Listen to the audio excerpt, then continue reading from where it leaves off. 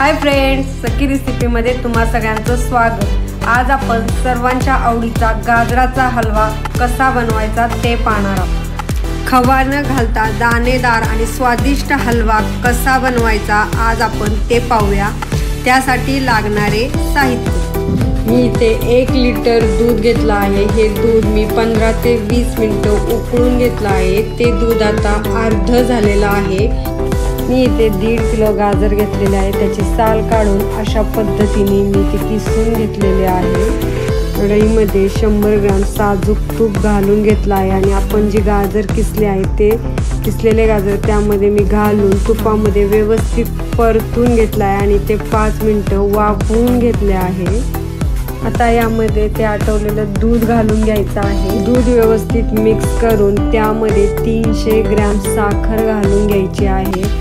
साखर आणि दूध व्यवस्थित मिक्स करून 20 ते 25 मिनिटं हा किस त्यामध्ये अशा पद्धतीने शिजून घ्यायचा आहे।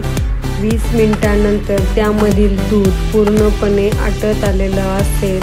आता त्यामध्ये वेलची पावडर, काजू आणि बदामाचे काप घालून ते व्यवस्थित मिक्स करून घ्यायचं आहे। हा आपला बिना खव्याचा दाणेदार रसरशीत स्वादिष्ट हलवा खाण्यासाठी तयार आहे। जर तुम्हाला माझी रेसिपी आवडली असेल तर लाईक करा, शेअर करा, कमेंट्स जरूर करा आणि तुम्ही जर सखी रेसिपी चॅनलला सबस्क्राईब केले नसेल तर सबस्क्राईब करायला विसरू नका।